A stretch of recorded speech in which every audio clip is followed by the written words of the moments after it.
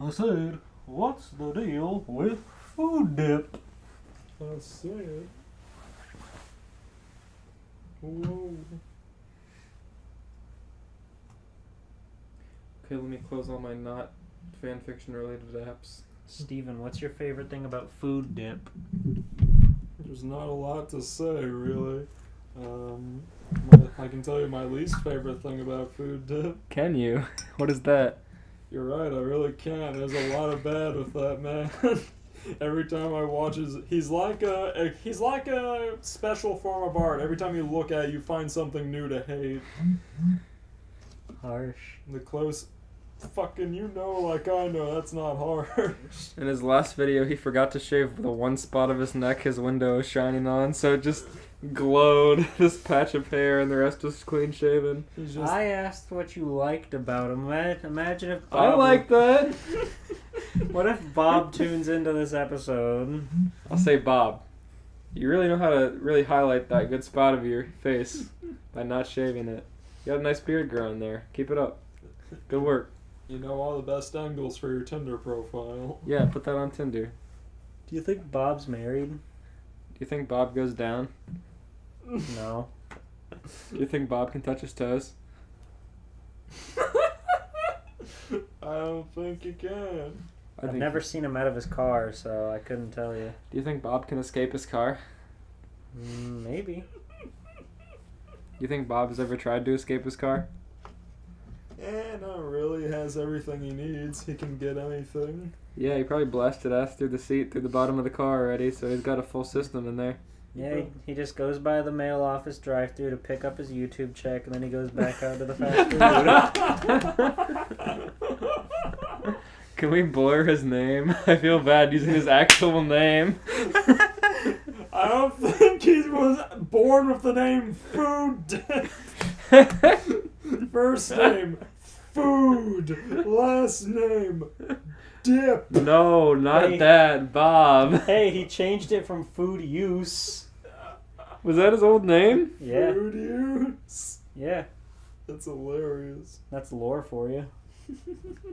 How did he even manage to get in contact with YouTube to change his name to something? I've heard that's like impossible. Why did YouTube allow him to do it when he asked? They've got nothing better to He do. drove up to their office and got really close to the person who's responsible and breathed on him. And they said, "Please." As close as he could with his car. That was enough. It hurt. Please! Struggling, pulling himself up on his window, breaking his window so it can't roll back. Window's up. crushing under the weight of him. Pulling up as close to the curb as he can get, and you just hear his tires screeching against the concrete. Please, please, let me change my name. Can we censor his word into just food reviewer? His name? Food reviewer. Just censor it to Dip. Food reviewer. Food review. Wait, I don't want them to think we're talking about him. This is a Review Bra Positive podcast. Dip review. Doritos. I've been watching a lot of Redneck TV and his dip reviews. Dip review. Every video is him trying That's how we found. We looked up food dip girlfriend and got a bunch of videos of my girlfriend does dip for the first time. No! That's right. I woke up this morning and my entire recommended was how to dip videos and dip challenges and shit. And I was like, how did this happen? Where did this come from? We didn't watch that many dip videos. We only watched 3. We stayed to Outlaw and Redneck TV. Oh no, you've watched his videos? Yeah. Elias, you know how AVGN has his big nerd room where in the background you see all these video games and shit? This guy has an entire wall of dip cans and spittoons. Mud jugs. Spittoons! That's what they are! Well, Mud Jug's a specific brand. But Yeah, they both. Okay. They both have Mud Jug sponsorships. I feel you. They both do? Yeah, they're cool. Man. I guess it's a pretty niche market. Fair enough. There can only be so many Mud Jug sponsorships out there. I like Most how of the Redneck service- TV has iDubbbz editing, but he's a redneck. I know, isn't that weird? It's always cool to see the different branches of YouTube. It's refreshing. Yeah, that's true. I do like to get my recommendeds out of where it usually is like the same 5 creators or whatever. Yeah, same here. There's one where Outlaw went to the beach to review 100-year-old dip, and it was all the moisture dried up, so it was just dirt.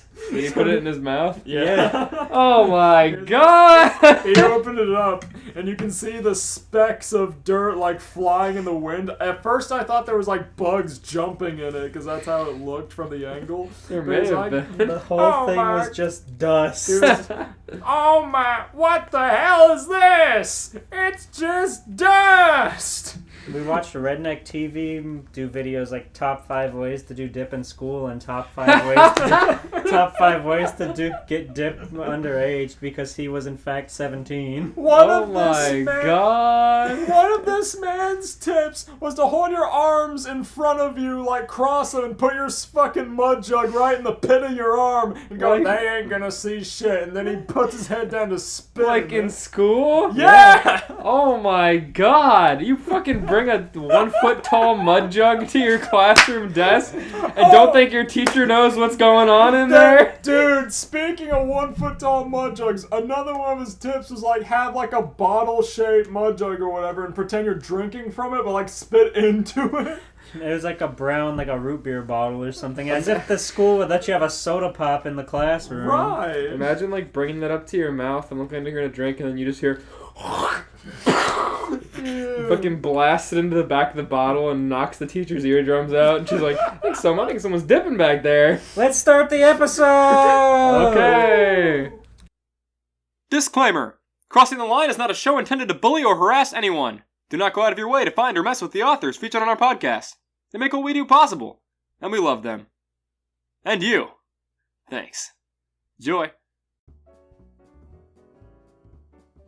Welcome to the Crossing the Line cast. with special guest Kids Next Door episode. Operation Podcast. Mr. Uno, what's your... Hold on, what's the podcast mean? Huh? That's how the episodes are always an anagram or whatever. People overdoing casting and stuff. Thank you, TM. People of dire consequences attending super totally cool school. Somebody help. Someone dips in school and gets caught. Yeah, that's what it means. People overstuffing dip. It's not Kids Next Door, it's Kids Next Dip. Dip next door. Kids next dip. When's he gonna dip next? Mr. Uno, where's your next kind of dip? You don't ask me that question! How much dip do you think he could fit in his Ew. long lips? Kids next door drawn dip spit. It's just a wet pile on the ground. Operation Getting Dip Underage. Operation GDA. Operation buying a mud jug because fucking number one just spits on the ground. Operation Help Number 1 Getting a Mud Jug Underage. I hate this talk of dip. Dip is cool. It's like dirt, but you can stick it in your mouth. And kill it. And get addicted to it. Yeah. It's funny. You put it in your mouth and then your jaw slowly fades away. And then it burns and you hurt, but you like it. You can lower the opacity on your jaw. Life hack. Become a skeleton, man. One Elias, lip at a time. Elias, you got a mean dip question for me this time? It's not related to dip, but let me maybe think of one. I have a question, but Can you rewrite it to be dip related? No. yeah. No. Are you sure? I mean, I'm down. Whatever. So I've been around what the if you're- block. Okay, imagine you're going to Circle K with your 100-ounce drink, and you're going to fill up your big chug, and as you're approaching your big chug, someone tugs on your shirt, and you look down to your left, and it's the Nostalgia Critic, and he says, How short Hey. is he? What happened to the nostalgia critic? just however short you imagine he is. He tugs in I your don't shirt. imagine him short. It doesn't matter. His He tugs. entire look is that he's lanky and tall. Okay, he tugs on your shirt and you look down at his shirt stain, and then And he looks at you with longing puppy dog eyes, and you can tell he doesn't have hair under his hat anymore. It makes you uncomfortable. and he says, "Hey, mister," and you say yes as you're still filling up your jug because it takes a really long time because it's 100 ounces. He says, "Since you're here trapped with your Polar Pop, you think you could help me buy some dip?" Hello, I'm the Nostalgia Critic. I need dip and I need your help getting it. I do dip so you don't have to. I buy all the dip in the gas station so no one else has to do it. You can barely make out what he's trying to ask you with how much dip is stuffed in his lips. His entire, lower fucking lip is a pouch. His lips are thick with dip. It's pouring down his cheek. So you take him to the counter and you say, Go wait outside so I can buy your dip. And he says, okay. But Is again, he underage?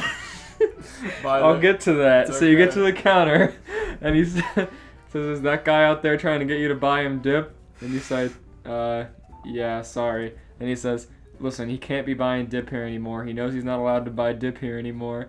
Make him go buy dip somewhere else." So you go outside and you say, "Sorry, kid, I can't buy you dip. The guy says you're not allowed to have it." And you say, "Why don't you just go somewhere else?" And he goes, "No, this is my favorite spot to dip. Are you gonna help me or not?" What do you say? This is my favorite place to get dip! Give me my dip! He goes, no.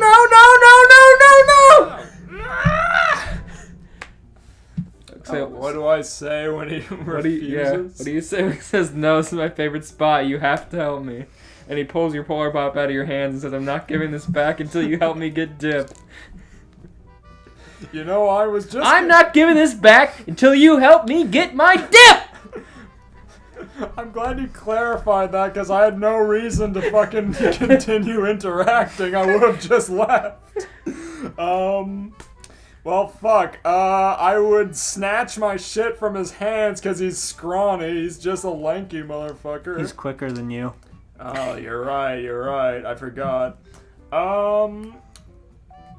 What's the easiest way to get something out of the Nostalgia Critic? You look away to think, and you look back, and he's standing Oh, over... I know. I tell him that I liked the live-action Grinch movie, and in his rage about to fucking go on an escapade to tell me why it's terrible, I snatch it from his grip and leave. He lifts one finger up and says, "Oh, well, I've got to tell you about that movie. It's not very good." And you snatch the frickin' thing out of his hands.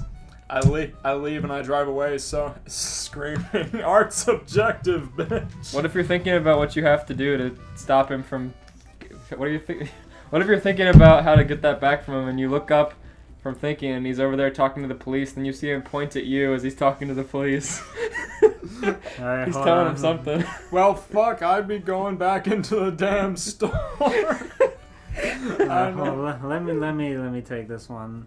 Alright, so Steven, you get all that Circle K stuff resolved, and you look one way, the Nostalgia Critic looks the other way. You're at home, it's late at night, you're about to go to bed, and all of a sudden you hear pebbles against the glass of your window. And you look outside your boarded up window, which you really can't do. You look out your... What the heck was that? Oh, Dakota's problem. Is that the Nostalgia Critic? Ah! Did I bring him to life? George! When I say that dub over with... Is that the Nostalgia Critic? Yeah. Hey, come in. Oh, We're recording. you're not the Nostalgia Critic. Anyway. Do you review movies so we don't have to? Do you do dip so we don't have to? I do neither of those things. Oh, come on. Okay, so you hear pebbles against your window, and you look outside your window, and you hear him out there, and he's going, "Dip, dip, dip, dip, dip. Gotta get my dip." What do you do? This has turned into like an MS Paint's Adventures situation. Steven trapped in his room. Steven, his lips are against your glass. He's going like, dip, dip, dip, dip, dip, dip, dip, dip. You find out the pieces number of rocks were actually pieces of dip. He was spitting at your window. He's just throwing a dip can at your window. Here's how that would go, okay? First Playing of all, wall ball he'd with go- a mud jug. Smashes a mud jug against the wall. I hear him Zerbert against my window, then I hear him go, "Ow! because he gets a fucking splinter from the boards on the fucking window. He's blowing his lips against your window The made wood. of wood.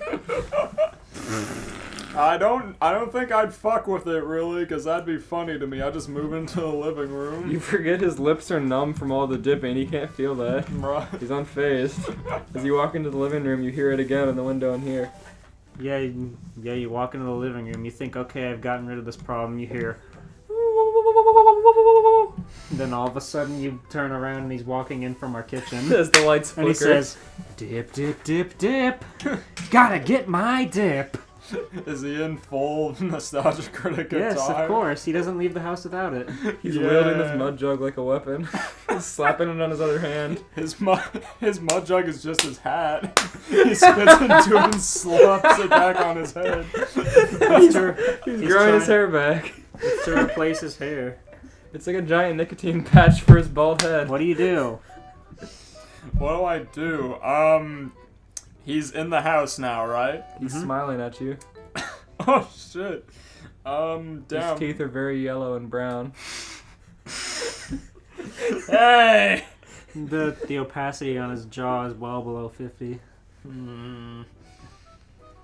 That's a hard one. I don't think I could take Nostalgia Critic. He seems very lanky. He has a lot of reach. He has a lot of It's true, he range. could pick you up from halfway across the living room. Yeah, he's got like, in terms of Smash Brothers, his grab is akin to Link's. He just throws his arm out and it grabs you. But what I It makes do, that same clinkety chain sound. his arm just goes limp like a noodle and drops. So what I would do Misses. is I would taunt him until he tries to grab me, but because his grab has so much ending lag, I would fucking sock him in the jaw, in his glass jaw. That's his weak point. I know. His Yeah. thin lips. Yeah. Just knock his jaw off with one fell swoop. Huge. Then I'd fucking throw him in a trash can and roll him into the street, and that'd be that. But if you're watching the new episode of Nostalgia Critic and you saw him just casually stop talking and put a big glob of tobacco in his lip and keep talking. I'd like that video. I'd fucking give it a thumbs up. Okay, Hell yeah. yeah, sure. Doug Walker's in the trash can, but all of a sudden you hear that again like 3 times, and Rob, Tamara, and Malcolm are all here with nothing but whites in their eyes, staring you down. Well, Rob is severely nerfed compared to his brother. He's like an Echo clone, They're but he's holding like up weaker. Doug's corpse. They're trying to rebuild it with dip. Well, for one thing, I punch Rob in his enormous King DDD ass stomach and fucking throw him out. Malcolm, I wouldn't really I wouldn't fight Malcolm His because eyes are glowing. He's got a lock on you. if I fight Malcolm, he can easily call me racist and get me in trouble. So I'm not gonna fight Malcolm. Now Tamara, on the other hand, I'd throw out the window. I don't know how I'd throw her fucking ass out the window. Oh, I'd show her the Sonic OVA for the first time and to distract her.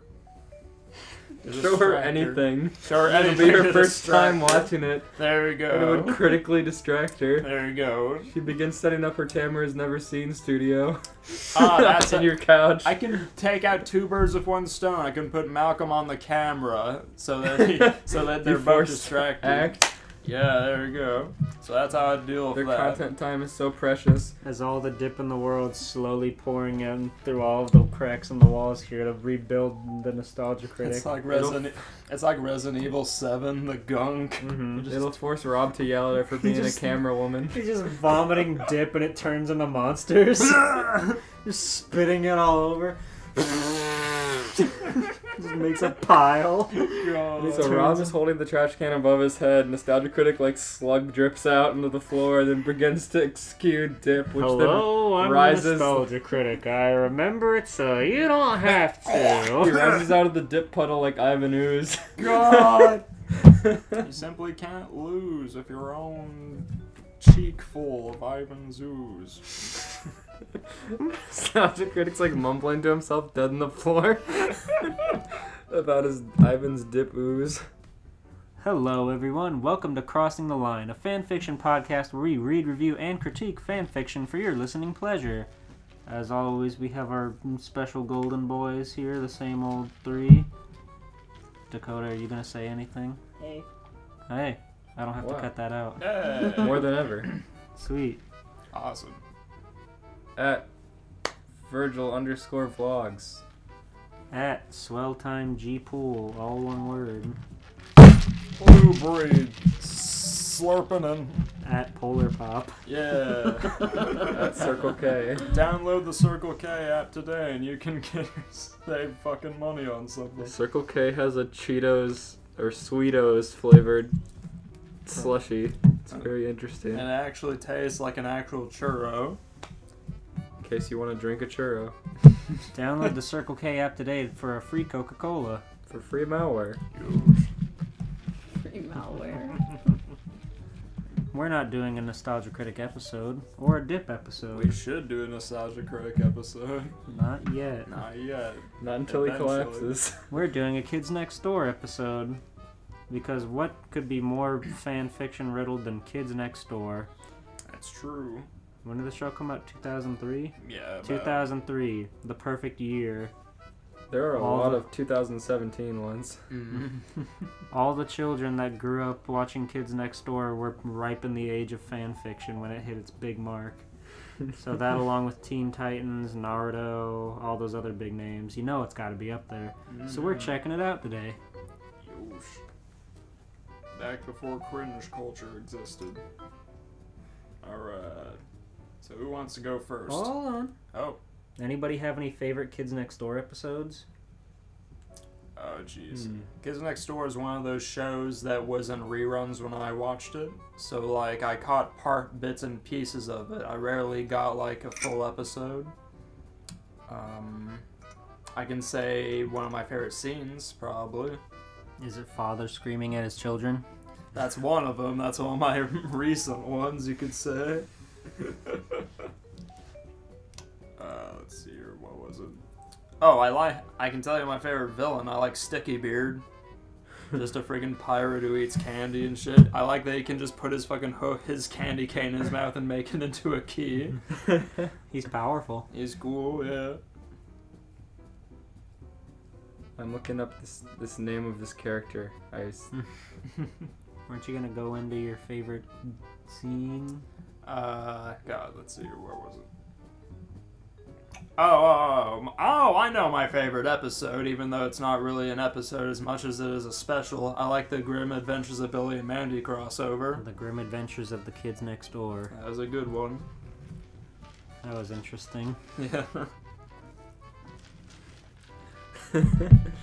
I think I just like my favorite villain is probably Nightbrace. I like this episode of Introduction where it's like a bunch of like dark kids getting like beat up in alleys and stuff, and then like you find out what happened. And it's like he cleaned my teeth.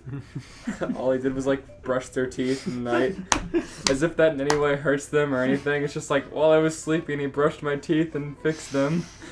And like it's horrible. He's a villain. They're kids. They hate it. He's also got a really like goofy design. There's a PNG I found of him. Oh my god. He's But, just a Brace. retainer. It's Yeah. funny. I like him. He's got some. He's goofy and cool. I wouldn't say it's a favorite episode, but I remember very clearly there's an episode where number 4 gets put into an all-girls academy for some reason, and the headmistress has a ray gun that tries to turn him into a girl, and he gets shot in the hand, and he gets like a feminine hand with like fingernails and stuff, and it always made me feel weird as a kid. That could have been you. It could have. It's true.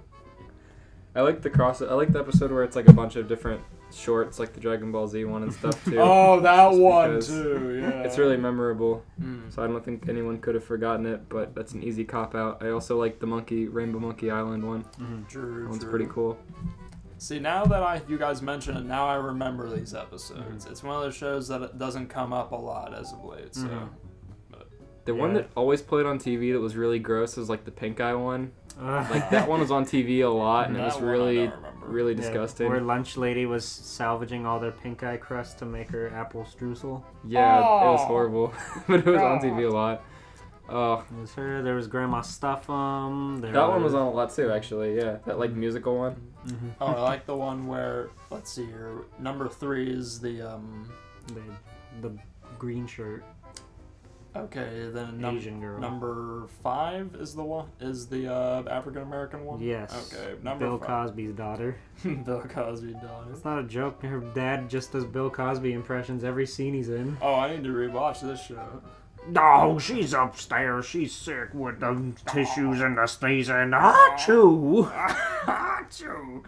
I like the one where she's trying to find the greatest flavor of ice cream, the like 4th flavor. Oh yeah. I like that one a lot just because like it always has the cop-out ending where, okay, she's about to say what it tastes like and then someone interrupts her. Mm-hmm.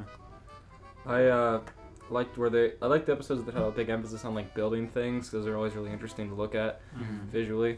I also liked the Flash games on CartoonNetwork.com. There was an internet cafe that my parents would go to, and I'd play those on the computers there. And then like other kids would see that and also play the same ones. It was a nice Flash game kid moment.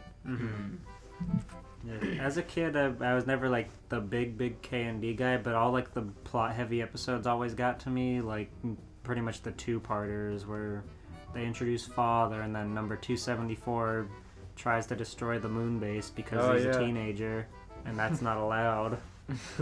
And there's the big one where Father turns everyone into animals or something. Oh yeah. Like all the K&D operatives. And there was the one where number 1 was naked and he had to find his way home, or he was like enslaved by the delightful children because they had a picture of his butt. The episode was just called Operation Butt. God. Almost all of these like fan fictions are called Operation something, and I thought they were all by the same person, but I guess it's just like a rule of, just like a code of conduct for the fanfic writers. You have to make it like called Operation something. Of course. how they do it, yeah. Alright, we can get into the meat and potatoes now. If anyone in particular has one they'd like to start us off on.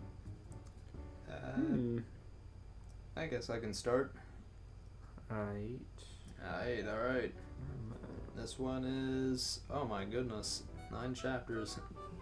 Let's see here, how many words is this? I don't like this description of the one that I picked. I didn't even read it. It's okay, alright. But they're like super short chapters. Let's see here. At the briefing room in Sector 5, number 1 was telling number 2, number 3, number 4, and number 5 the contents of their mission. And it's spelled number, by the way. Let's see here. That's canon. Oh, okay. I thought that was just a number 5 thing.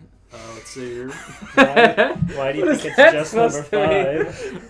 Why don't you tell me? Let's see here. According to intel from the moon base, the Common Cold, Miss Goodwall, and the Great Patinsky have joined forces, said number 1. It's Wait, up to who? us to... It's, let's see here. The Common Cold, Miss Goodwall, and the Great Patinsky. Well, let's see I here. only remember one of those. It's up to us to find...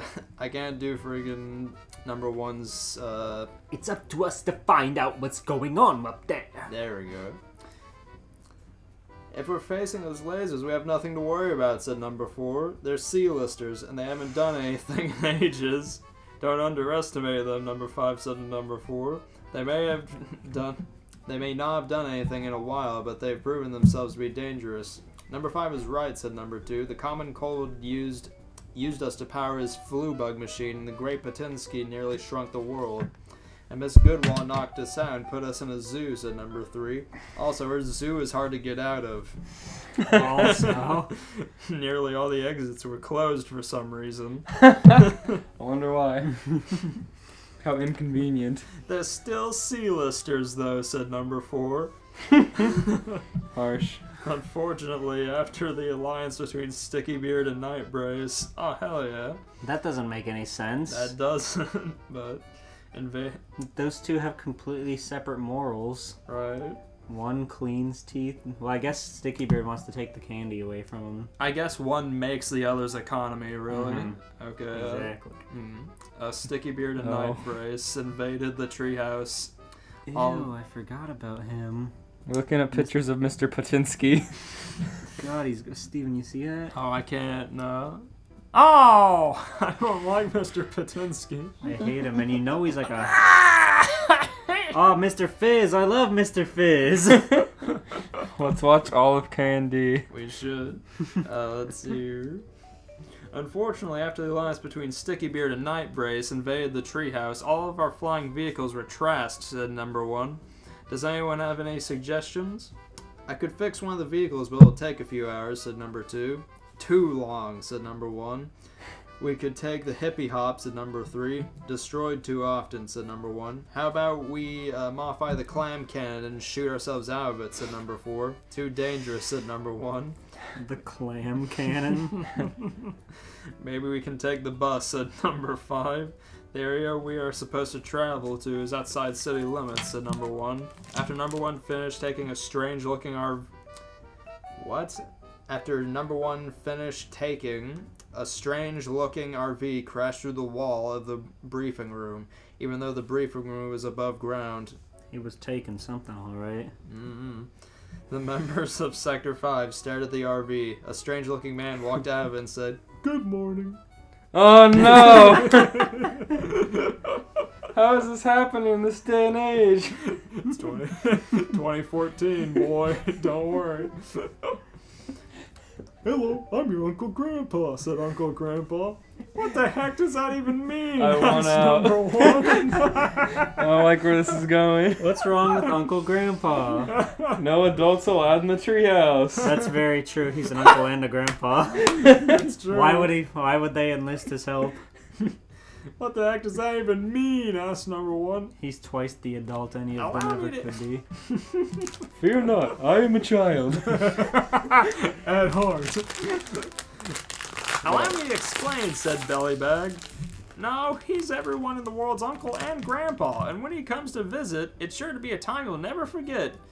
Didn't you say those exact same words when he helped Benny, Bellybag? Asked Uncle Grandpa. You know, since I'm pretty sure you already said those words. I guess you're right, Uncle Grandpa, asked Bellybag. Did that Bellybag just talk? Said number 1. I didn't know I had an Uncle Grandpa, asked number 3. Okay. Maybe he'll give us presents, said number 4. I didn't know I had an Uncle Grandpa. We open this. Number 5 thinks you should shut your mouth. Number 5 has heard of Uncle Grandpa, said number 5. There's always one in these crossovers that just knows who the other ones are. I hate it. They've got to have some way to conceive. I guess, or they could just be like, "Who are you?" when you tell them. They do love their exposition in these usually. Yeah. He travels the world to help kids in need in his RV. Since he helps kids, maybe he can let us borrow his RV, said number 2. Plus, I heard that the RV sounds neat. I'm here to help you guys stop these villains, said Uncle Grandpa. I appreciate the offer, but we're the Sector 5 of the kids next door. We can handle things ourselves, said number 1. Who are the kids next door, Bellybag? Asked Uncle Grandpa. Why am I here? What's going on? Have you not seen Uncle Grandpa? Does he not know where he is? His RV just brings him to kids in need. What's my motivation? Line.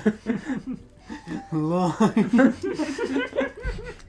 I'm taking a coffee break. See you in 10 minutes. Who are the kids next door, Bellybag? Asked Uncle Grandpa. Let's ask Mr. Gus, said Bellybag. Mr. Yay. Gus walked out of the RV and said, "The kids next door are a global organization of kids dedicated to fighting adult tyranny." Pizza Steve walked out of the RV and said, "Pizza Steve was part of the kids next door and was darn good at it." I wonder if an old man crashing through their wall with his RV counts as adult tyranny. So I feel like that's very much adult tyranny. I thought, yeah, why doesn't fucking Uncle Grandpa count? Pizza Steve wants in on the kids next door. Pizza Steve was part of the kids next door. Oh my god. Shouldn't his memory be wiped? Right. They couldn't wipe his pizza memory. It's too You're right. greasy. They Sponge didn't stick. kept flashing him over and over, but it couldn't get through. That's His sunglasses You're right. The grease just reflected it. all over. Oh my god. Giant realistic flying tiger flew out of the RV and roared. The dinosaur man and talking pizza are one thing, but that tiger is too weird, said number 1. Guess that means things have gone pretty hairy, said number 2. There was an awkward silence. You need some work on your jokes, said Bellybag. Can I pet the kitty, Uncle Grandpa? Asked number 3. Sure, said Uncle Grandpa. You can pet giant realistic flying tiger. Number 3 ran up to giant realistic flying tiger and petted her. Giant realistic flying tiger purred. Wait, you're a former K&D operative member, Pizza Steve? Asked number 4. Pizza Steve once fought off 100 villains all by himself, said Pizza Steve. Okay. That's so cool, said number 4. I'm pretty tough myself as well. If you remember Kids Next Door, then how come you have your memories when decommissioned? Number 5 asked Pizza Steve. I'm just that awesome, said Pizza Steve. I'm already on your case, Pizza Steve. Funny, I just got assigned to your case, Pizza Steve. That's He's even... like, Pizza Steve wants out of the K&D again. Pizza Steve is out of here. Let's see. That's even cooler, said number 4. Just ignore him, Mr. Gus said to number 5. You get used to Pizza Steve after a while. So can me and my friends help number 1? Asked Uncle Grandpa. I can do anything. If you can do anything, then close that window over there while standing still, said number 1. Got it. Uncle Grandpa's arms separated from his body and floated over to the window. The arms unclosed the window and reattached themselves to Uncle Grandpa. Considering the circumstances, said number 1. Alright, team, let's go get into that RV. Hooray, said Uncle Grandpa. Chapter 3.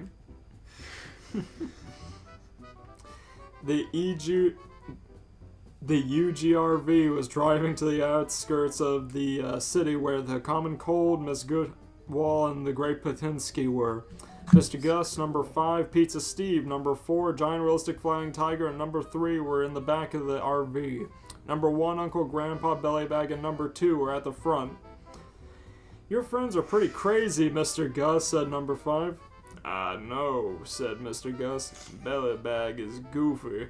Pizza Steve is a narcissist. Giant Realistic Flying Tiger is a giant realistic flying tiger. Can you please shorthand Giant Realistic Flying Tiger? No, it's part of the joke. It's part of the canon. Uh, And Uncle Grandpa is just Uncle Grandpa. But they're my friends, and your friends are pretty crazy too.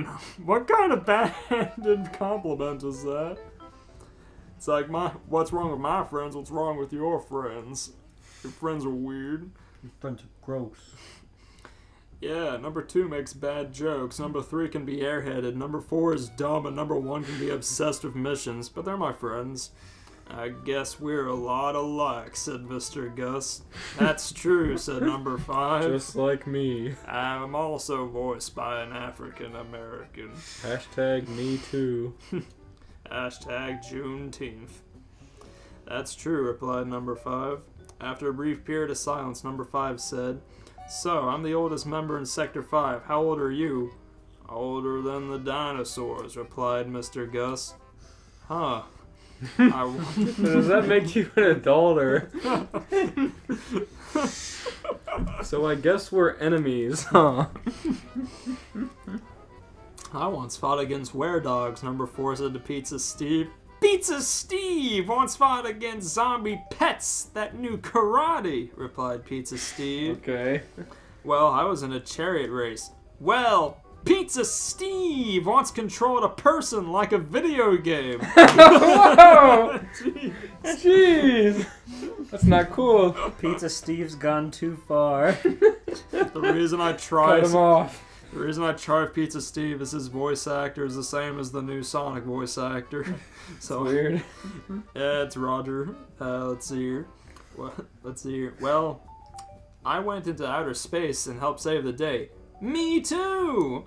And help save the day. I never knew you lived such an exciting life, Pizza Steve, said number 4. You're cooler than I thought. Thanks, number 4, replied Pizza Steve. Pizza Steve is impressed by what you do. Keep it up. Got it. I'll charge into battle like always. Can you teach me some fighting moves, Pizza Steve? In time. Not right now. Pizza Steve needs to support his lower lumbar. Pizza Steve didn't just give moves out for free. Giant realistic flying tiger roared at number 3. Thanks for telling me all I should know in life. Thanks for telling me all I should know in life, giant realistic flying tiger, said number 3. Giant realistic flying tiger roared again. I just have question. What was the first part again? I forgot. Giant realistic flying tiger roared. Thanks. I didn't know you were a rainbow monkey collector too. Can I see them? Giant realistic flying tiger nodded. Yay, said number 3. They don't have that animation in the budget. Nodded silently. Not for giant realistic flying tiger, no. Number 3 walked and giant realistic flying tiger flied into giant realistic tiger's room. So how about a joke with Pizza Steve? Be something cheesy? Number 2 asked Bellybag. Why does Bellybag get its own cycle? Was it how about a joke? Why is it like... I'm saying it exactly how it says. So how about a joke with Pizza Steve? Be something cheesy? Number 2's asked Bellybag. I don't like these guys.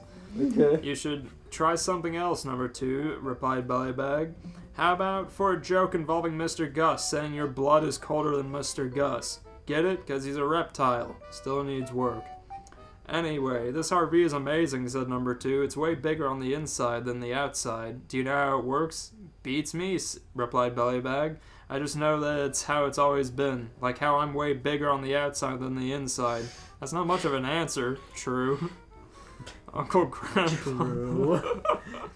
Uncle Grandpa, the success of the mission is of utmost importance, said number 1.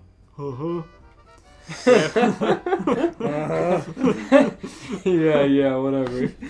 I'm fucking good. We have no idea what the Common Cold, Miss Goodwall, and the Great Patinsky are planning, and their plan could be dangerous. Are you paying attention? I'm calling it now. It's gonna be one of those ones where they get to where the thing is gonna happen, and the story just ends like usual. I hate that. It always happens. Yeah. I'm beginning to regret this, said number 1. Uncle Grandpa got up from the seat and said, Listen, number. He gets up. Listen. Listen, number. I goof up a lot, but I always fix things in the end. I promise you, everything will be okay. Oh yeah, well I don't think this is gonna end. I don't think anything's gonna happen when they get there.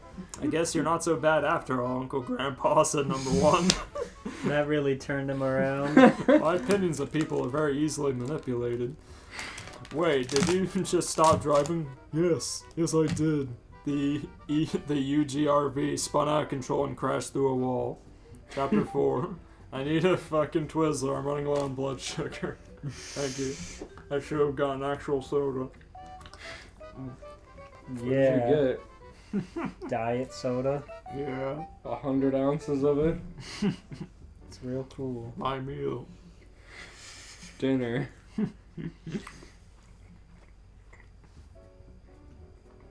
This is real great ASMR. A quick chewing break. Everybody at home chew. Everyone at home, watch your favorite episode of Uncle Grandpa.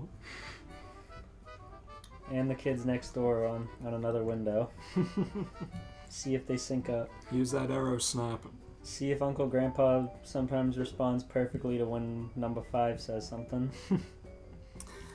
The UGRV crashed through a brick wall. Number 1, 2, 3, 4, 5, Uncle Grandpa, Bellybag, Mr. Gus, Pizza Steve, and Giant Realistic Flying Tiger exited the UGRV. I could have just said everyone.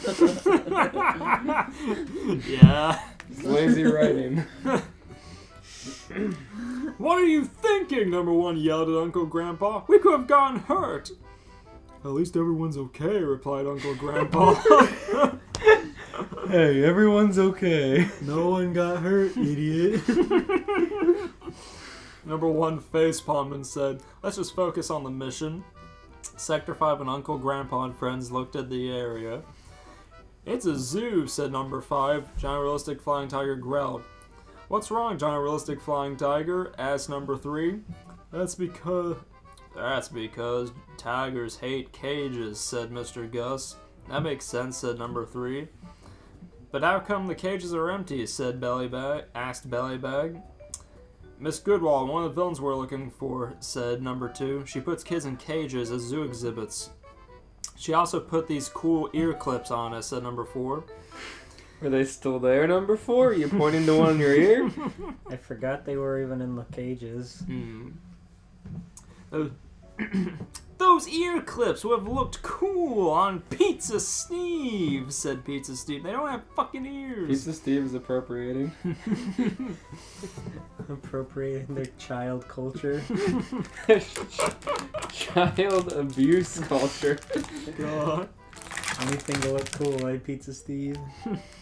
Yeah, she used to abuse us. Pizza Steve goes, well, that would have been cool if I was there. It would have been cool if Pizza Steve did the abusing. If Pizza Steve was there wouldn't be any abusing. There'd be surfboard parties and ping pong. Pizza parties. I'm so sick of Pizza Steve. You're gonna wake up tonight and Pizza Steve's gonna be looking at you when he's gonna take his sunglasses off and you're gonna see his real eyes. That's never good when he does that, Elias. I had nothing to say to that. Never. I would die instantly. What were those other 2 villains do again? Asked Mr. Gus. The common cold wants to make kids sick for making him sick, and the great Patinsky wants revenge on the world, said Number 5. Ambiguous revenge. Those sound like villains from comic books, said Uncle Grandpa. Okay, team, said Number 1. Number 3 and 4. Okay, Uncle Grandpa, said Number 1. That's enough out of you. Number 3 and Number 4, you'll go along with Number 2 to guard him while he goes to the main building to hack the files. Pizza Steve, Bellybag, and Giant Realistic Flying Tiger will go along with them, said... Pizza Steve, Bellybag, and Giant Realistic Flying Tiger will go along with them, said Uncle Grandpa. Number 5 and I will go search the zoo, and me and Mr. Gus will go whip them. What? Don't worry, Number 1, said Number 5. They're not labeling anyone who's saying some of these lines, so it's odd. Yeah, that's the usual. You think Number 5 is excited to go be alone with Uncle Grandpa? They are a lot alike, he just said. No, that was Mr. Gus.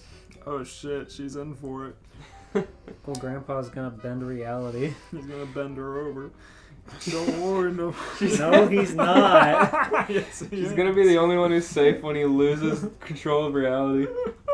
She'll be like, what happened to our friends? And he'll be like, don't worry about them. Don't worry. Oh my god.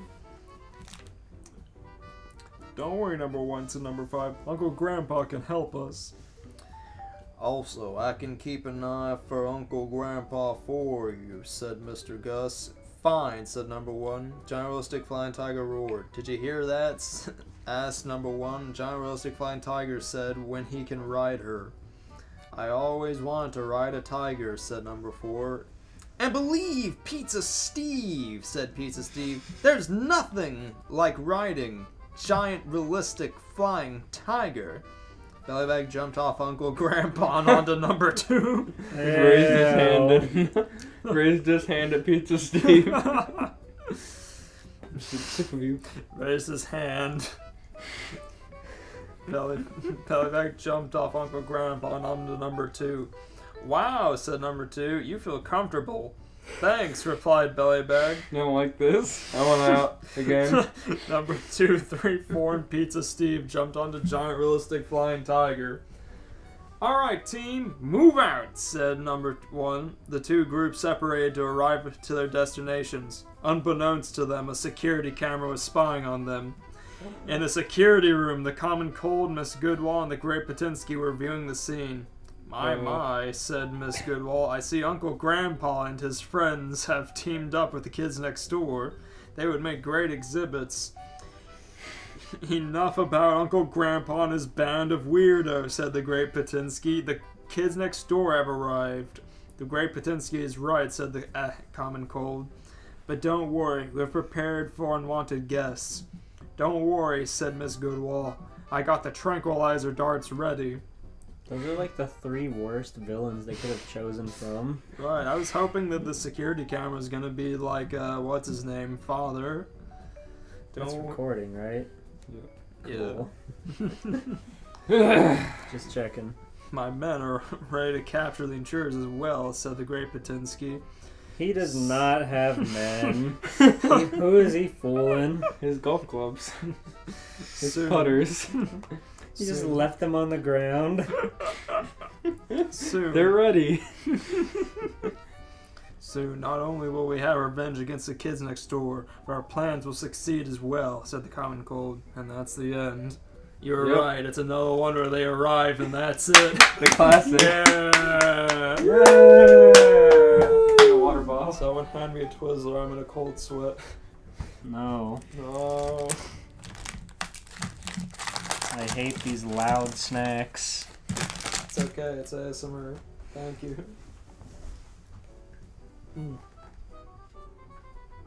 How would you rate that, Elias? I like the part when Bellybag walked over to the fattest one, number 2, and strapped on and said, "Wow, this feels good," and then it ended. With that in mind, I would give this my completionist rating of... Finish it. They're not gonna finish it. I'm just telling the writer to finish it. That's true. When was that published? 2014. Oh. Yep. Is there comments? Let me see. It's taken them 4 years to get this far. Not that I can see, no. How tragic. I would give it, you know when you take a slice of pizza and you pull all the cheese off it? I would give it the cheese that you pull off it. Because, like, yeah, it's... That's like the best way to describe something that's good for like 10 minutes. Right. And then you feel bad. Just like Uncle Grandpa, the only thing I liked about it was Pizza Steve, and only then I liked it ironically.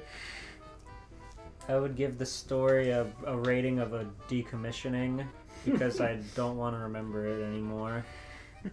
But I'm going to have to edit this, so I'm going to have to remember it again. I'm glad that they addressed that at least right after we brought it up. Even they knew that was too much. I'm going to give this a rating of being overly decommissioned, but I'm just too cool, so I couldn't get it out of my brain. Just like Pizza Steve. Mm-hmm. Like See, the thing is, they didn't take his sunglasses off, so the rays didn't even get into him. No canon will ever have him remove his sunglasses. He truly was just that cool. Mm-hmm. When I Google no sunglasses Pizza Steve, Don't do that. I don't think we want to do that. Don't do that. is it gonna curse me? Yeah, Probably. likely. No one else has looked it up, it's not showing up. Oh no. That was exactly what I suspected. Are you happy now? Do you like the one with him with the mustache?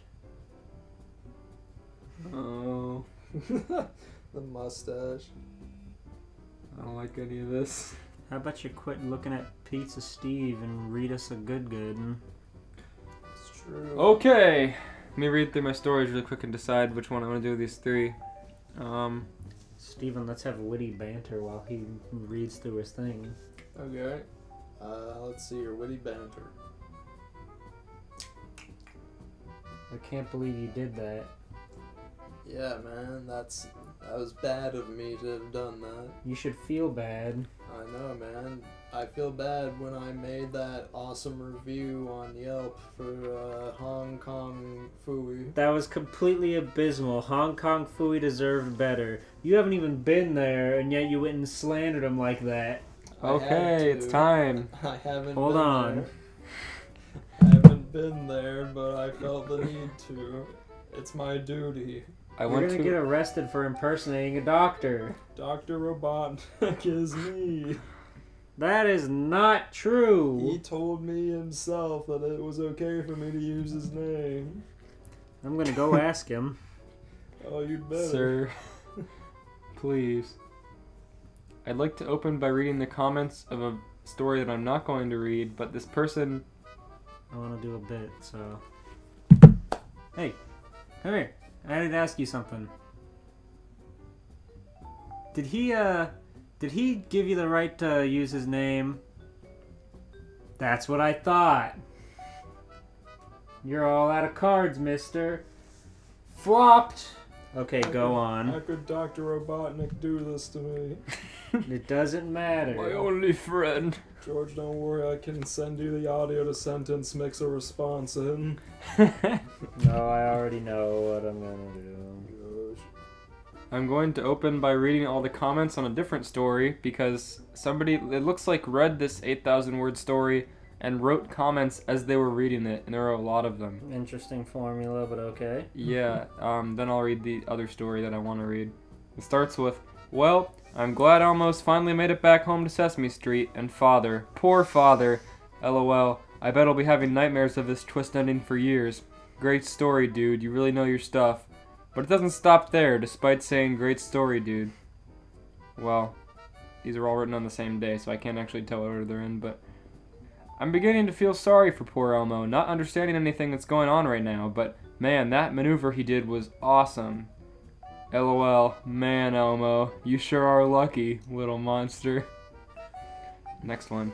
Wow, comma, Elmo may not realize it, but he's really good at getting out of trouble. Great chapter, pal. Wow, Elmo just saved himself from getting delightful eyes. That's cool. In parentheses, but it doesn't seem too likely for the delightful children to split up like that. Then again, great chapter, dude. These are all written on the same day, so I really don't this guy must have read this as he was writing these, maybe. He finished a chapter, then he would critique it. LOL, I love how you portrayed number 3 and number 4 in this chapter. It really suits them. Oh, I'm so excited for more. I can hardly stand it. Oh no, the delightful children from down the lane kidnapped Elmo? How will the kids next door save him? Okay, those were out of order. Yeah, that's okay. There's some more. They're not important. They're not the one man. That's true. Okay, now for the real one.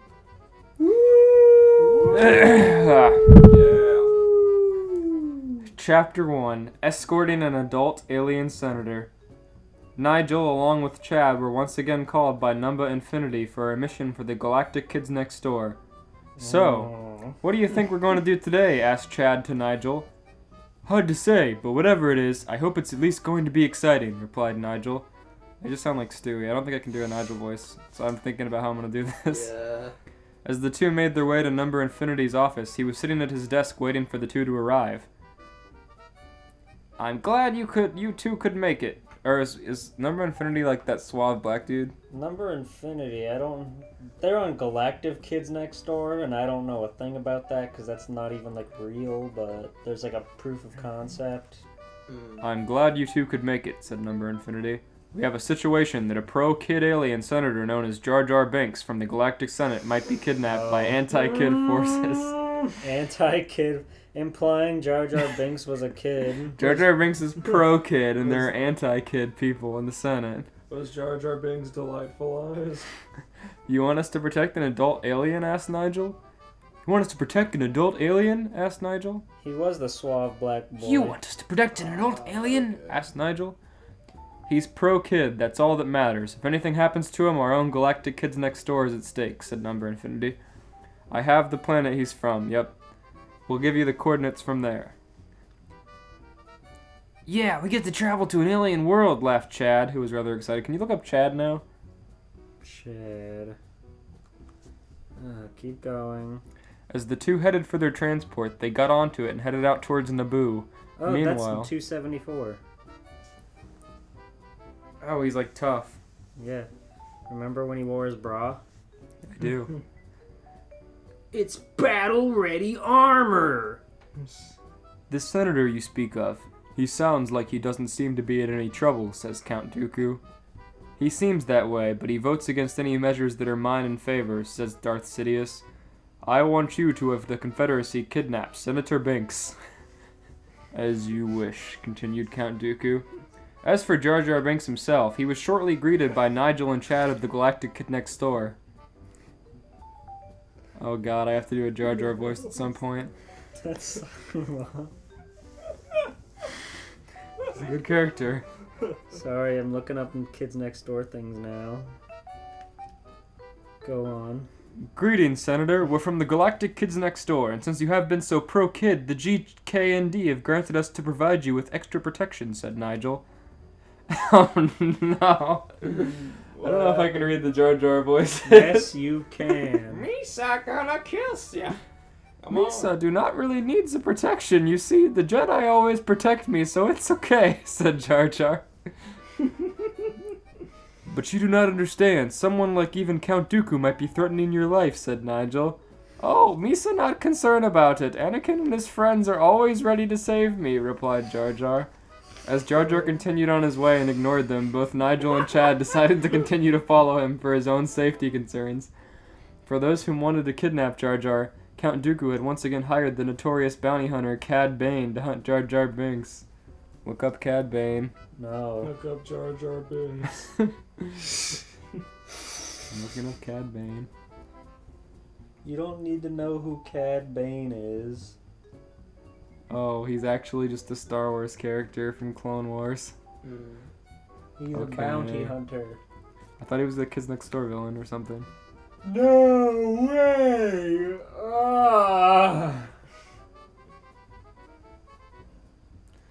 As Jar Jar continued on his way, he was being escorted to the Naboo system with some Confederate battle droids to ensure he did his job correctly.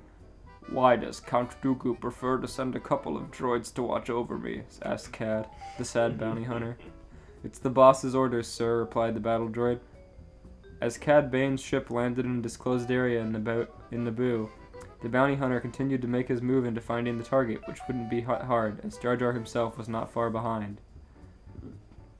I sure hope you captured the target quickly, said the second battle droid to Cad. Don't worry, I think I spot him, said Cad as he noticed Jar Jar just skipping through the jungle, not noticing the danger that he was obviously going to be in. I'll set a trap for him, laughed Cad. Oh, oh, oh. As Jar Jar continued to skip merrily throughout the jungle, Cad ended up setting up the trap. As Jar Jar skipped right into the trap sprung up successfully, throwing Jar Jar right upside down in the air.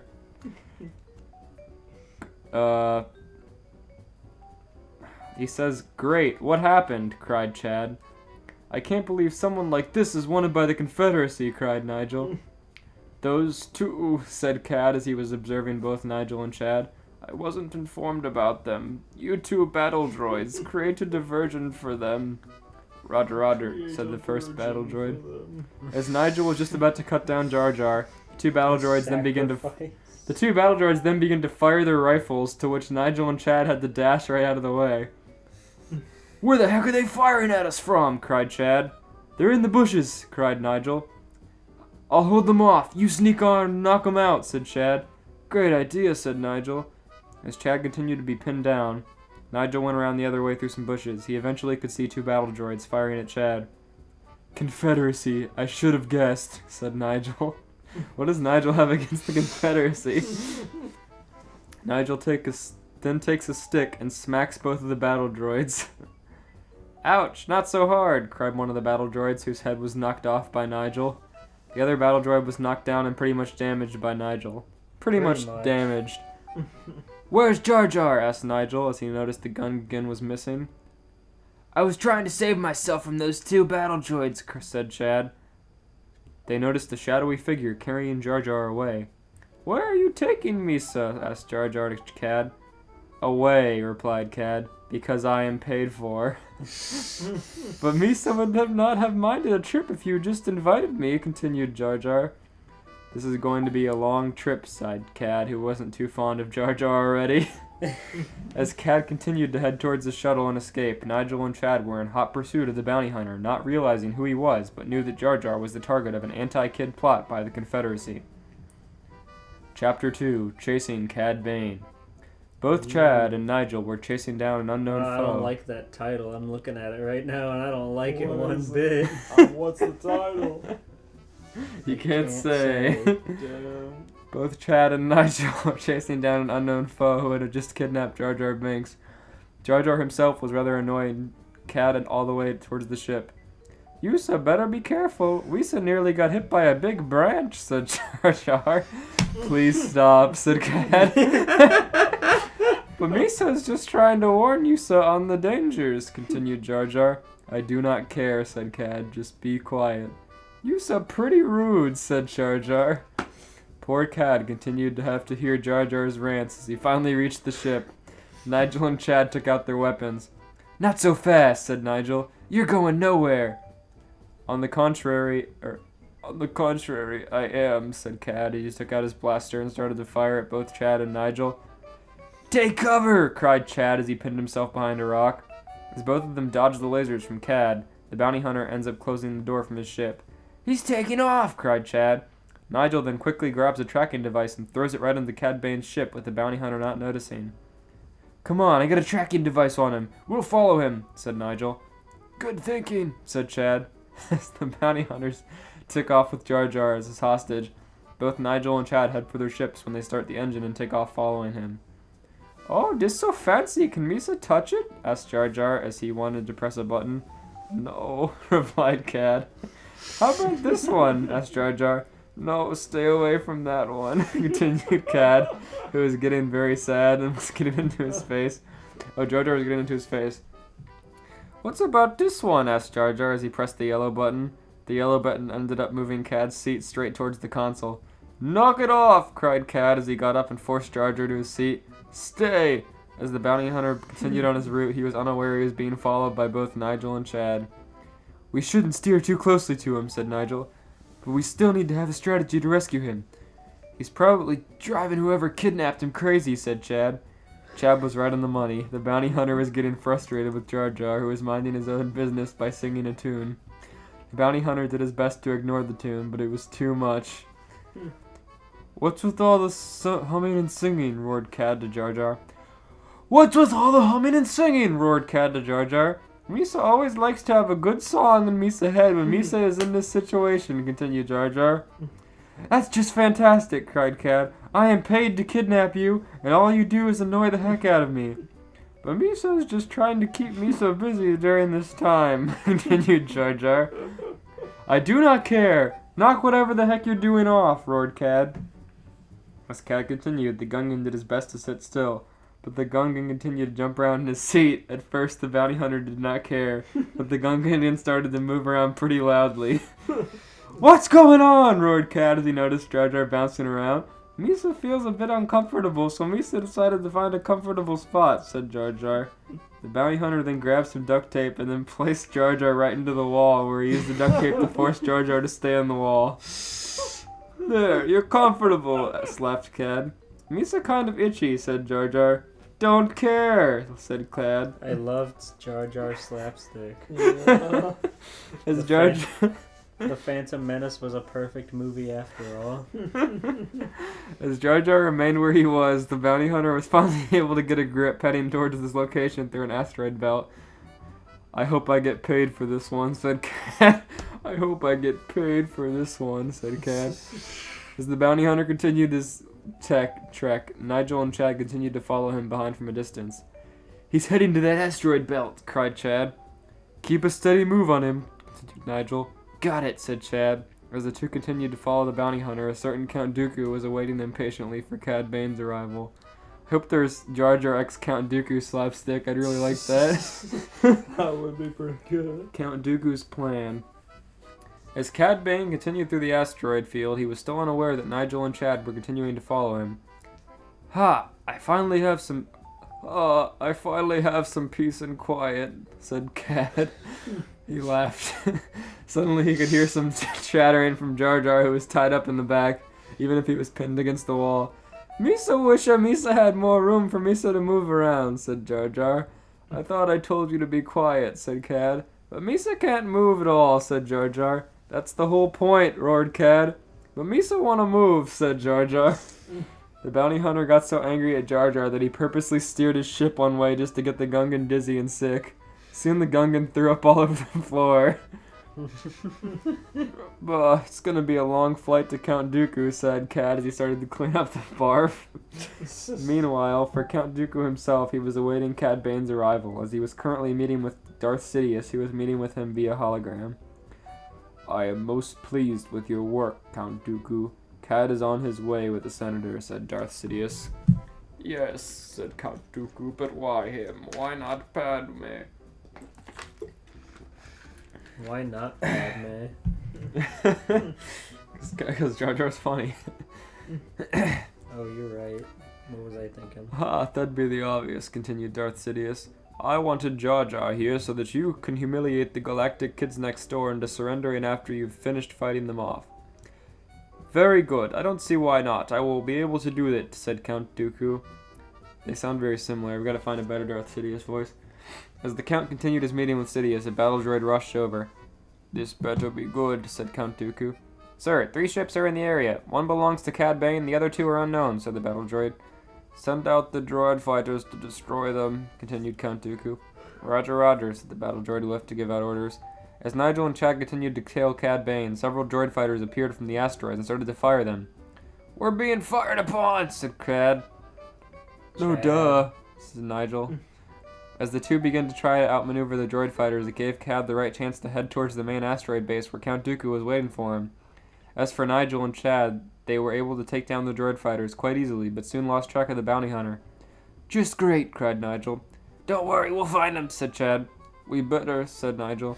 As both Nigel and Chad continued to try to find the bounty hunter, Cad Bane arrived at the asteroid base where Count Dooku was waiting. About time. What took you so long, said Count Dooku. I had to clean up a mess, said Cad. Misa doesn't know where Misa are, said Jar Jar, as he was a bit dizzy and is brought out by 2 super battle droids. Jar Jar, can you hear me? Asked Count Dooku, who was a bit concerned over Jar Jar's dizziness. I think it's a better improvement, said Cad. As for Nigel and Chad, they were on their way through the asteroid field. It doesn't look like the other rocks in the asteroid field, said Chad. It could be an asteroid base, said Nigel. Let's go check it out then, said Chad. As the 2 landed in the android base, a security camera picked up the 2 as they were trying to find the way in. For the battle droid who was overseeing it, the battle droid ran towards Count Dooku. Sir, those 2 galactic kids next door operatives may have found our asteroid base, said the battle droid. Let them try to find their way here. As for Chad and Nigel, they continued to try to search for a way to the asteroid base, not knowing they were already being watched from within. Final chapter, Chapter 4, Into the Asteroid Base. I'm gonna be mad if this ends before they get into the asteroid base. It only takes so many false entries. They're already there. It's true. They haven't got inside the ship yet. Both Nigel and Chad knew the only way of getting into the base was going into the base. They found the way to the air vents and they headed down towards the network of tunnels. The only way going to the base was going to the base? Yeah, I guess. I mean, he's right. We have to hurry if we're going to rescue this pro-kid senator, said Nigel. Yeah, but I think his captors may have the problem in their hands, said Chad. As for Jar Jar himself, the poor Gungan soon woke up in a cell that he was thrown into by super battle droids with Count Dooku overseeing his cell along with Cad Bane. So did they throw him in there and then Count Dooku and Cad came in too? Or they're just like outside? Yeah, sure. About time you woke up, said Count Dooku. Where is Misa? Asked Jar Jar. I didn't mean for that to sound so demanding.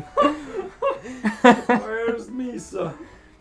You're on my base, said Count Dooku, and there is no way that you'd be escaping anytime soon. But Misa believed that Misa should be going home anytime soon, said Jar Jar. Oh, he's talking again, cried Cad, who didn't like Jar Jar that much. Do you have any options to shut him up? Sorry, said Count Dooku, but I have no such options available. And even if I did, I wouldn't use them because he's really funny. That's really why I brought him here. A laugh. My new jester. I'll be on my way then, said Cad as he then received payment from a battle droid. Here's your reward, said the battle droid. Thanks, said Cad as he was heading towards his shuttle. As the bounty hunter left the asteroid base, Nigel and Chad were still unaware that Cad had left, but as they managed to break down an air vent heading towards the control room, one of the battle droids spotted the two intruders. Intruders! Cried the battle droids. Fire! As the battle droid tried its best to fire upon Nigel and Chad, they ended up dodging the lasers, which Nigel ended up smacking the head off the battle droid before it could call for backup. Come on, we have to hurry, said Chad. As the two continued their way around a few corners, they dodged some patrols of super battle droids and droidicas. That was a close one, said Nigel. It seems we're getting close, said Chad. For Jar Jar, the Gungan continued to jabber towards Count Dooku, with the Count patiently awaiting his rescuers. Misa will go home soon, said Jar Jar, because Misa know the Senate is worried. I think if we let you go, you'd sign this anti-kid bill. I think we'd let you go if you signed this anti-kid bill that some pro-Confederate sympathizers in the Senate have already crafted, said Count Dooku, as a super battle droid brought over the document. Gungan obviously couldn't tell some of the words in the document itself, but wanted to get out of his cell. Sign it and we'll let you go. We'll tell you. Throwing everybody under the bus. He couldn't read, but he liked the idea of getting out of the cell. Sign it and we'll tell you. Sign it and we'll let you go. We'll tell your rescuers your deed is done, said Count Dooku. But as the Gungan was about to sign his name on the document, Nigel and Chad busted down the door. Not so fast, said Nigel. The Count ended up using his force pull powers and took away Nigel and Chad's weapons. Ha, you're already too late, my friend. Our Gungan friend here will sign this anti-kid document that'll free himself from his cell, and you will have no rights on this galaxy, said Count Dooku. Nigel then leaps and tries to attack the Count, but is forcibly put down by him and he is slammed to the floor. There is nothing you could possibly do, said Count Dooku. Misa will not sign this, said Jar Jar. What?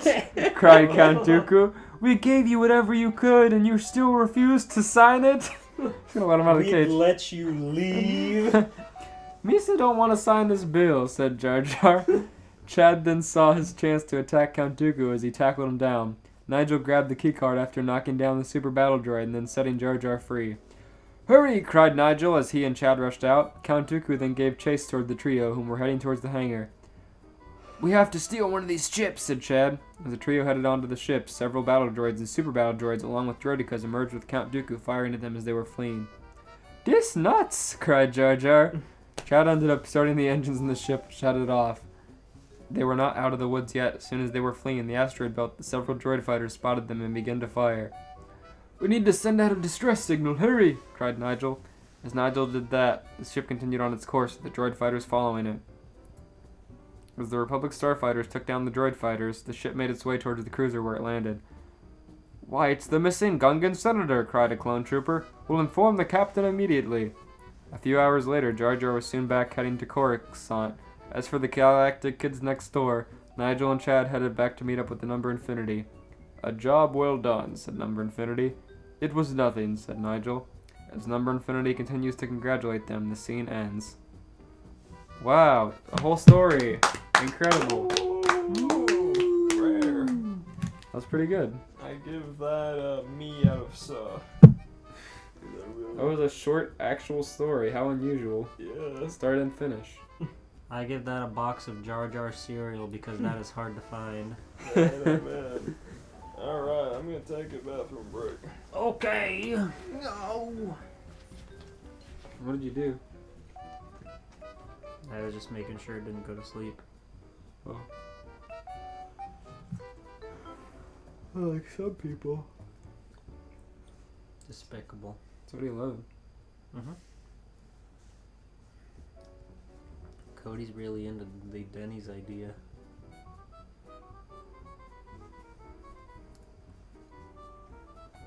Be there, be non-gamer.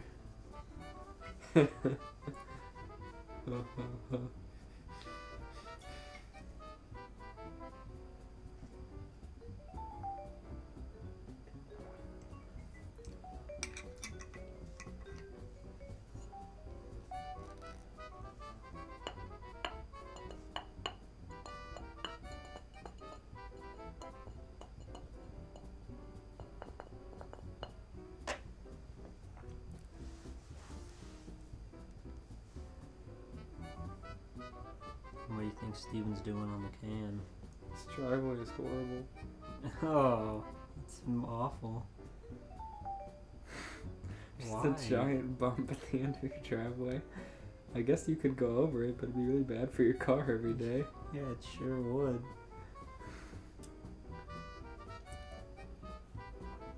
That's not okay.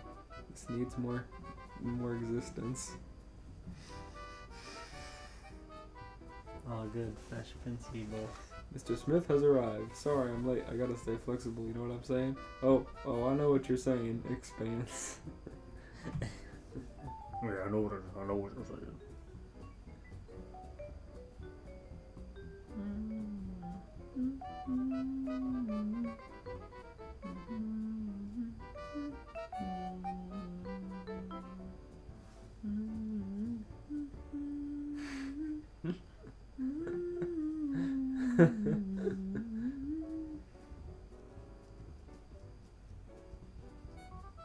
Oh.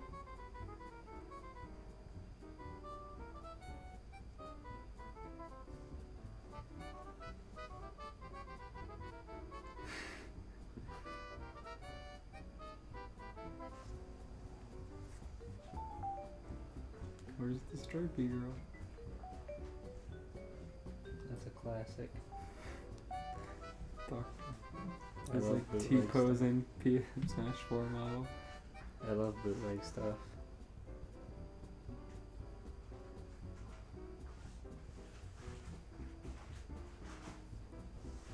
Morning, kids. It's a Pac-Man day with my crispy corn cereal coming your way. Good old Pac-Man cereal. We're gonna have the loudest snack. It's okay. Here goes a cat pup, and here he too. These marshmallows, you can chop them too. Yeah, it's good for the audio. Marshmallows, delicious. Thank you. Yeah, I know. Wanna watch a full episode of Mr. Meaty real quick? Sure. After the podcast. Alright, we're back. So, I have two that I've got my heart set on. I couldn't really decide.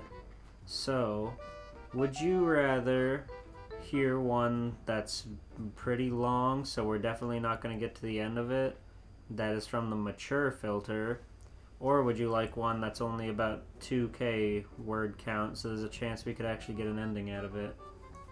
2K. 2K. Okay, good. That one has a lot more, like, favorites. Good. Okay. Chapter 1. That's a big treehouse. Focus, Denozo, Gibbs warned as they strode up the walk toward the house. Another CSI! No! NCIS. NCIS! Respect the Silver Fox. Check out our episode on Teenage Mutant Ninja Turtles for another hilarious NCIS crossover. They're good cops. I don't know either of these characters. What? Watch the show. Yeah, let me just... How many episodes of NCIS are there? There's like 10 seasons, I think. That's not good. They're all an hour long. What separates that from any other, like, crime show?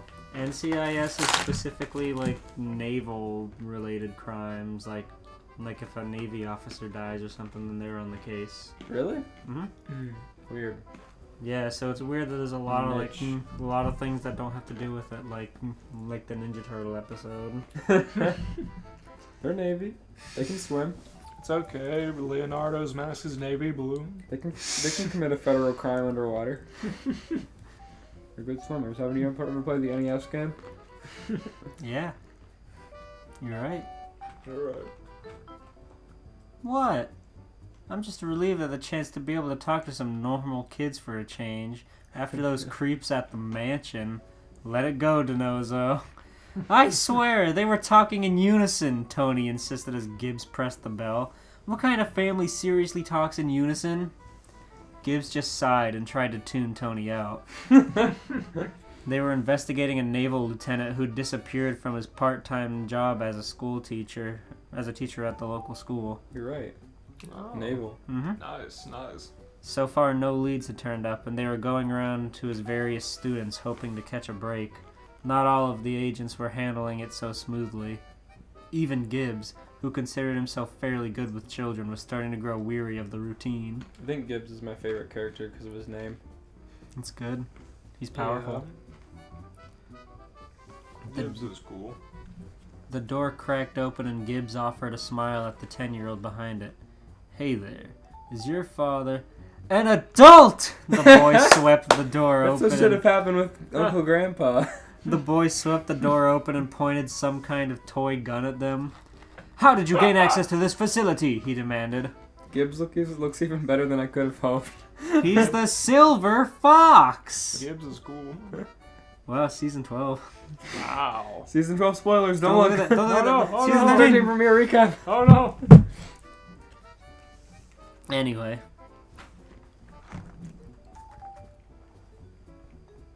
How am I gonna eat this and not make a lot of noise? Just It's a put a bowl of wasabi peas. Put a pillow against your face like me. I'll just wait. Give- Suck on that wasabi pea for the next 15 minutes.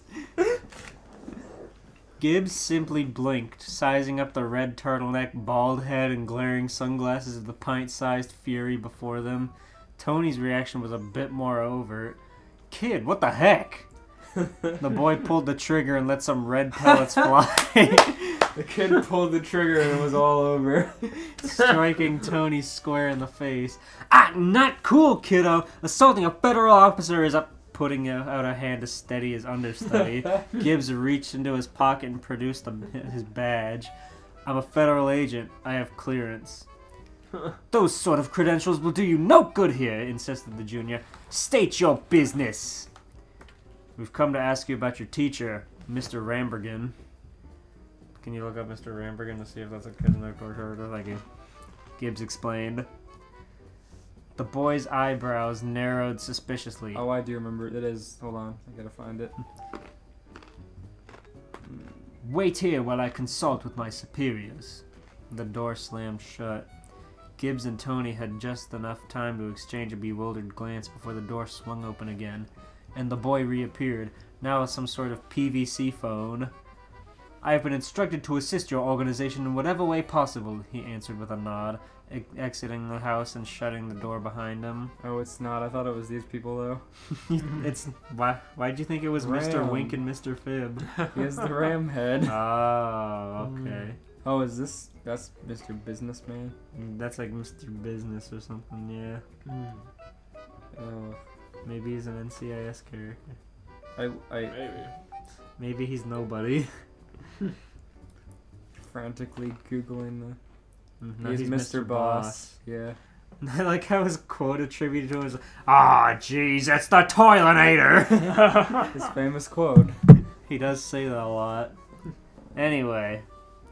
I have been instructed to assist your organization in whatever way possible, he answered with a nod, exiting the house and shutting the door behind him.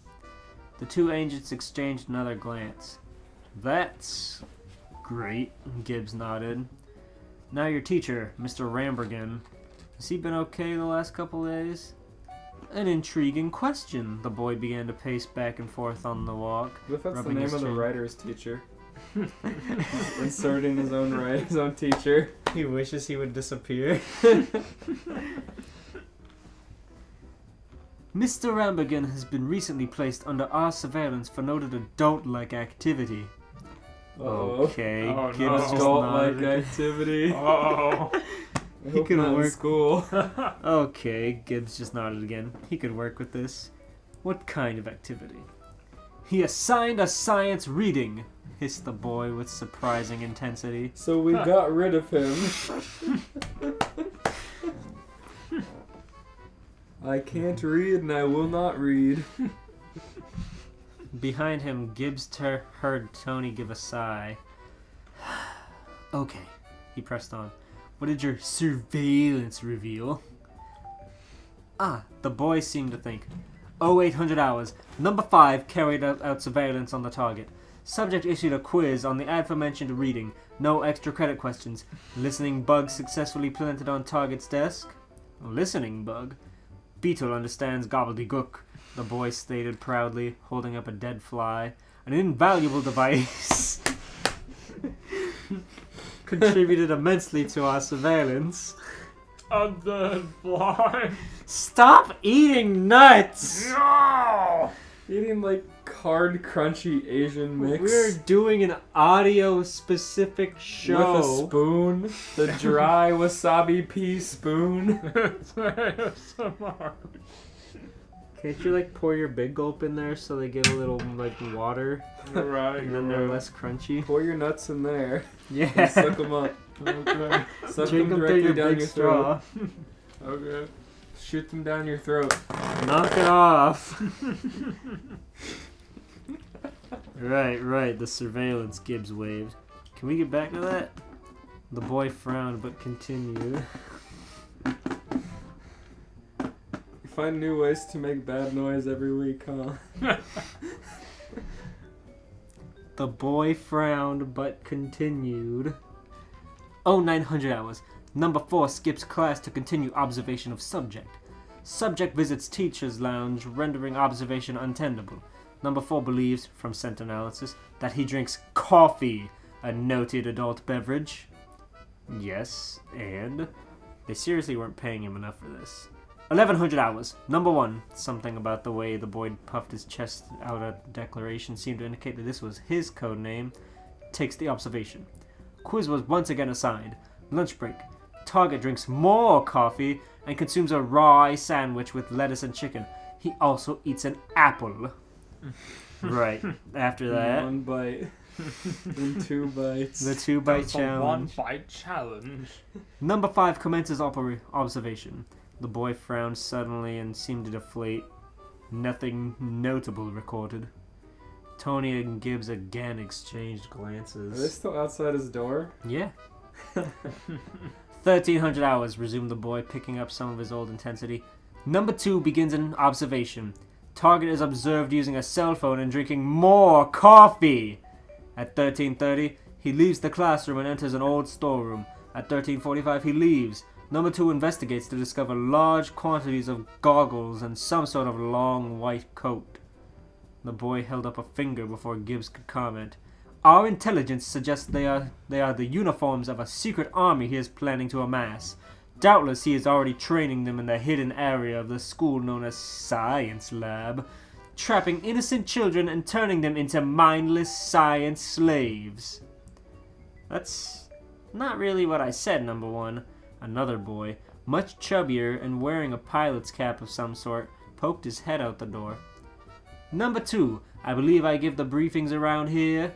The first boy sent a defiant glare at the newcomer, who paled and ducked back inside. There was a light snicker behind Gibbs. Science slaves. Gibbs pretended to make a note of it. What happened at 14:30 hours? That was the last time any of the teachers had seen Lieutenant Rambergen. Oh, again the boy seemed to deflate, but now there was a slight sheepish quality to it. Well, he rubbed the back of his neck. To be honest, that was when number 3 took over, and she can, well, you know how she is. Not really. Why don't you tell me? The boy sighed. She got distracted at the school's Rainbow Monkey Reading Festival. She lost the target. Great, sighed Gibbs. He had just sat through an utterly nonsensical rehashing of information they already knew. DiNozzo's grin could practically be felt on the back of his neck. Gibbs supposed he should be glad at least someone had gotten something out of this interview, even if it had been mostly entertainment. The last she saw of the target, he was getting into a van with some other adults, remarked the boy offhandedly. Gibbs and Tony froze. What kind of van? Asked Gibbs carefully. The boy screwed up his face and thought. She said a hugs a lot van, so dark blue. Said the guys were wearing masks like it was winter or something. Tony cut in. She didn't by any chance, notice if there were numbers on the back? Did she? Of course, the boy rolled his eyes. Leave it to her to notice something infantile like that. What were they? The boy shrugged. I don't know. The van wasn't part of our surveillance. Gibbs eyed the boy with a new interest. Who is this number 3 again? I'm sorry, the boy resumed his old watchfulness. I cannot divulge the identities of covert agents of our organization. Thought your superiors were supposed to help us out, Tony pointed out. That seemed to stump the boy momentarily. One moment he held up a finger, put the PVC phone to his ear. Moonbase, please. Authorization code 456 Charlie Ice Cream. This is number 1, requesting permission for releasing.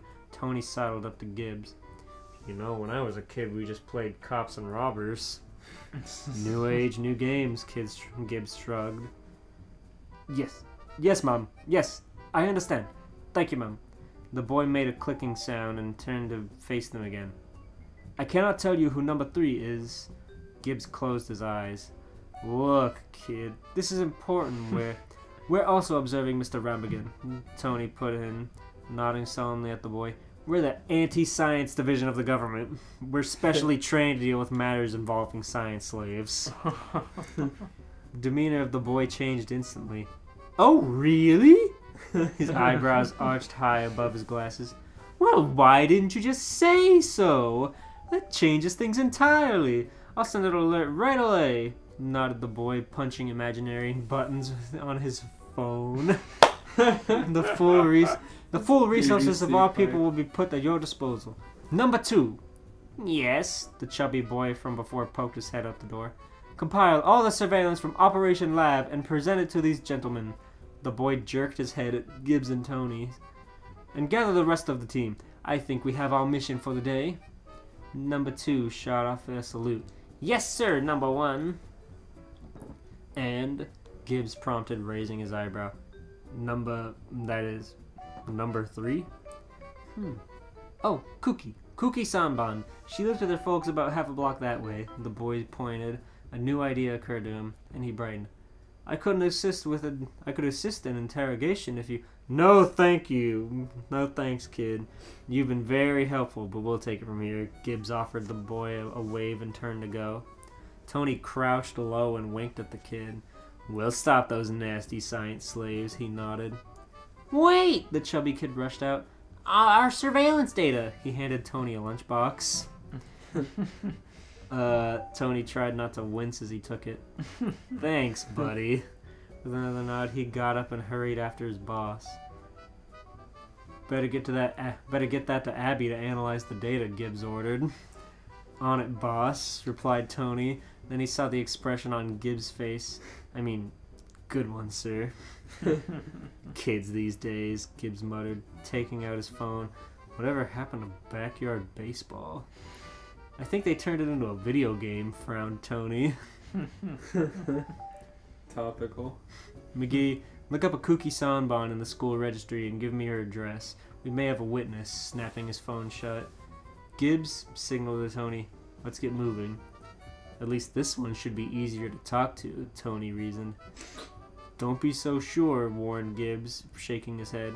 Come on, boss. Who could be kookier than the last kid?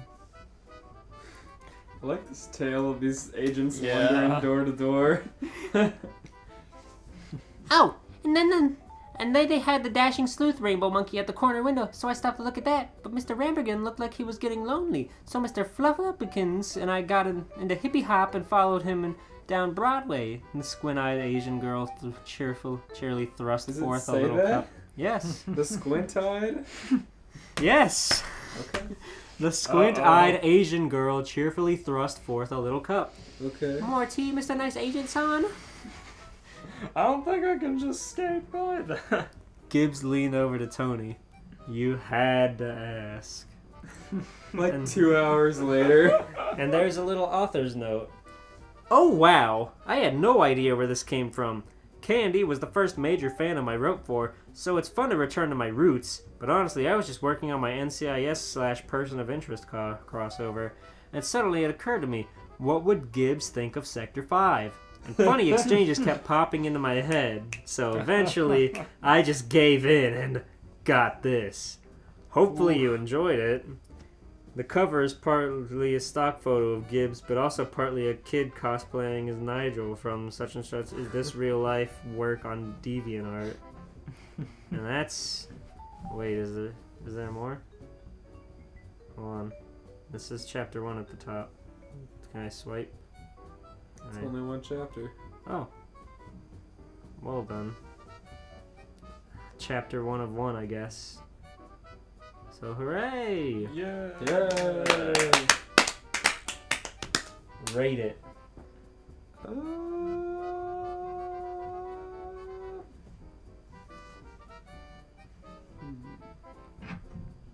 I'd give it a wasabi pea out of an entire bowl of wasabi peas. Yeah, you want to explain your reasoning for that? I'm hungry. Your 100 ounces of meal wasn't enough? No. Review it. Okay.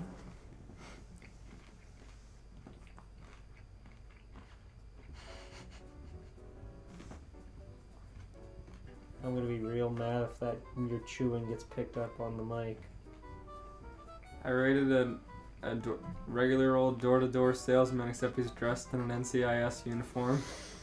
And he's trying to sell me like a house or something, but he's like, I need your info. This is a serious matter. He just buys a house with my name and money. So a poorly conceived house sale scam out of 10. I like how they just gave him an actual like lunchbox with like their supercomputer in it, but of course they're not gonna open it. He just Right. cringes and takes the lunchbox. It's like, oh. Winces as he takes it. Thanks. I rate this a supercomputer lunchbox because it looks like a hunk of junk, but when you actually take the time to open it up, it's nice. Interestingly. Oh, when you open it up, it's an actual just lunch. It is in It's fact a wasabi peas. At last. lunch. A meal. Like a candle. Finally, a good meal. He winces as he eats his wasabi peas. As he loudly crunches into the boom mic. Gibbs, why are you eating a whole handful of wasabi peas instead of lunch today? They gave He it to pulls me. the boom mic down into the shot so he can chew really loud. He pulls the boom mic down really close to his mouth and goes, "See what I want for lunch, I'm hungry."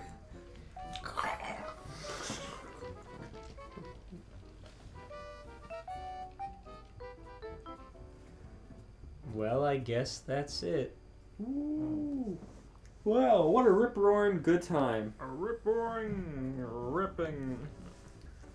I want to see all the supervillains. I want to look up the list of K and D villains. They all have really interesting designs. Yeah. They all fit into the art style well. So none of them are like surprising, but they're all really cool. Mm. I like Mr. Fizz and I like Father. Mr. Fizz is really funny. He screams at the top of the lungs that soda is for him, not for children. What could be funnier? Nothing. What are they, Mr. Piff and Tiff? Mr. Wink and Mr. Fib. I like Mr. Wink and Mr. Fib. No, you don't. You're right, I don't. When are we gonna have Mr. Fizz on the podcast? When are we gonna have Mr. Wink on the podcast?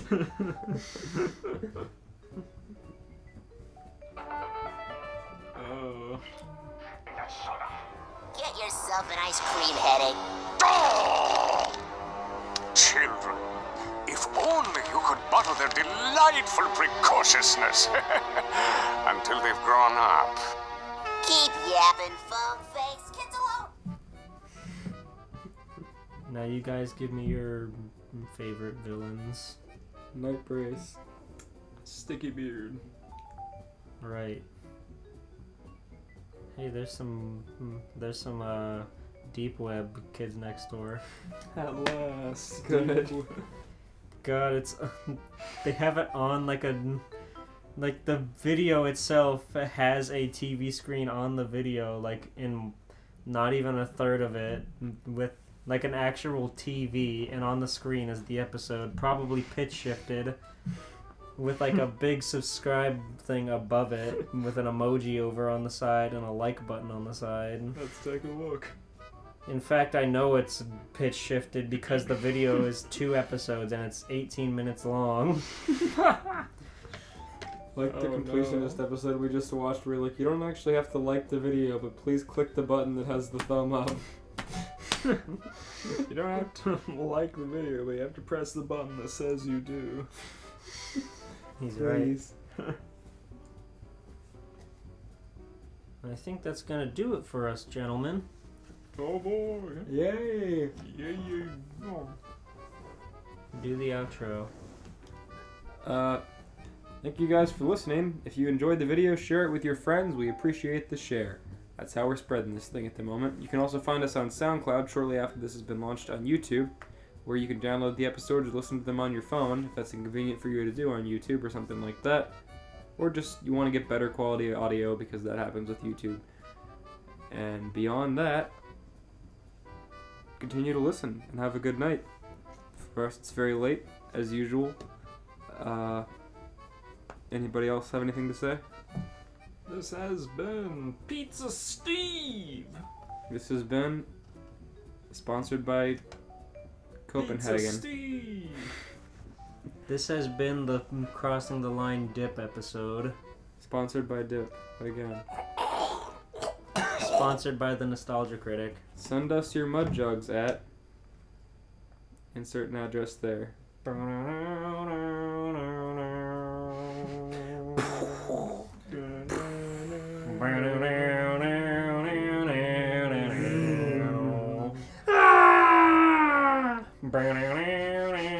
What's the thing Zombie says? Zombie. What's his line? Make a lick a high, make a hidey ho.